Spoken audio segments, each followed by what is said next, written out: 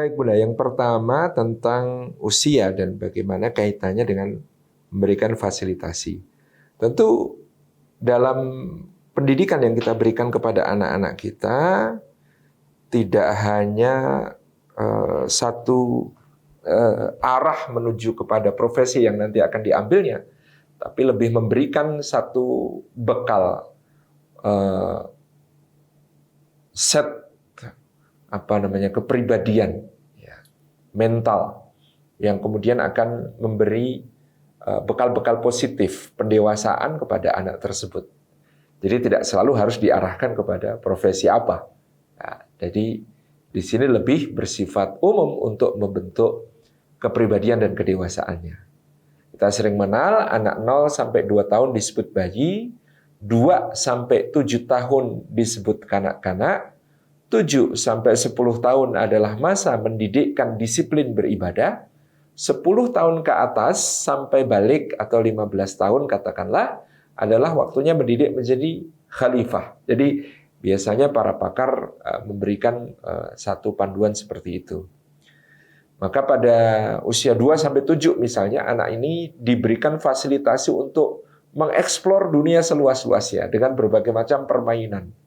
Ya, ini adalah masanya memang mereka untuk bermain dengan ekspresi yang luas di dalam berbagai aspek. 7 sampai 10 justru di sini ada pembentukan pendisiplinan melalui ibadah. Maka Rasulullah mengatakan muru auladakum bisolati wa hum abna'u sab'i sinin. Perintahkan anak kalian untuk salat ketika mereka berusia 7 tahun. Nah, ini adalah satu waktu untuk mendidikkan kebiasaan salat yang ada waktunya, kita bermauquta. Kemudian juga memulai mengenalkan puasa dan lain sebagainya sampai usia 10 tahun. Kalau usia 10 tahun belum mau salat maka diizinkan dipukul dengan pukulan yang tidak menyakiti, pukulan yang tidak kena di wajah, ya, pukulan yang tidak menghinakan. Itu bagian dari pendisiplinan. 10 sampai 15 itu mendidik menjadi khalifah. Jadi ada perbedaan misalnya ketika umur 7 tahun kita ngasih uang saku, Dek, ini 10.000, yang 2.000 untuk ini, yang 2.000 untuk ini, yang 4.000 untuk ini, yang 2.000 lagi untuk ini. Itu cara memberi uang saku kepada anak usia 7 sampai 10. Kalau anak usia 10 tahun ke atas, kita perlu minta mereka untuk membuat proposal ya setiap awal bulan. Ya, bulan ini mau kebutuhannya apa saja, berapa gitu ya. Nanti akhir bulan mereka melaporkan kembali apa-apa yang sudah dia belanjakan dengan uang yang telah diberikan. Saya dulu ya orang tradisional di pedalaman bapak ibu saya, maka simple ya, karena memang usia 10 sampai 15 ini memberikan kepada anak itu bekal untuk menjadi khalifah yang mampu mengelola segala aspek dalam hidupnya. Ya, kalau dulu tuh gampang orang tua dengan cara dibelikan sepasang kambing untuk dirawat dengan tanggung jawab penuh dari yang bersangkutan. Tapi pada intinya diberi ruang wewenang tanggung jawab sekaligus dimintai pertanggungjawaban. Itu dilatih sejak umur 10 sampai 15. Kalau tadi terkait dengan diberikan kamera dan lain sebagainya, tentu tadi ada penanggung-jawaban. Jadi bagaimana penggunaan dan lain sebagainya itu dilaksanakan dengan penuh tanggung jawab.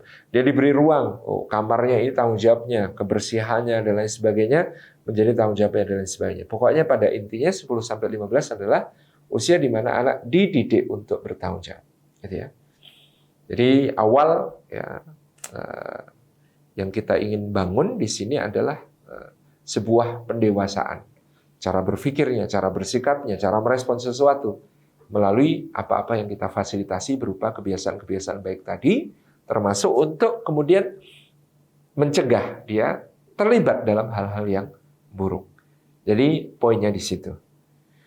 Kemudian tentang nahdlatul qabla kulli syai'in, tentu memang ada bentuk-bentuk dakwah yang tetap bisa kita jalankan dalam profesi apapun yang kita jalani, dalam fungsi apapun yang kita sedang laksanakan, ya. Sebagai seorang ibu, ya, rumah tangga, berdakwah kepada keluarga, ada pembantu di rumah kita, ya, dididik pembantu itu untuk memiliki adab-adab Islam, lebih-lebih kepada anak-anak kita. juga mungkin kepada tetangga sedikit demi sedikit, terlibat di dalam pengajian-pengajian kecil di kampung, terlibat dalam arisan-arisan, memberi kultum, dan lain sebagainya. Itu juga bagian dari dakwah. Bahkan kalau kemudian dalam karir, profesi, ya dakwah itu dalam bentuk bilhal jauh lebih fasih daripada dalam bentuk kata-kata. Kita berprestasi, kita menunjukkan kinerja terbaik, sekaligus menampakkan diri sebagai seorang muslim yang baik, yang sholatnya dijaga, ibadahnya dijaga, gitu ya. Bagian dari dakwah. Apalagi kalau kita kemudian bisa menggerakkan, ada taklim rutin, ada hal-hal yang bisa kita kerjakan bareng-bareng ya dengan komunitas-komunitas kita. Jadi tentu implementasi dari kita adalah dai sebelum segala sesuatu itu sangat luas. Peran-peran yang kita ambil untuk membawa manusia kepada kebaikan yang lebih, itulah peran dakwah.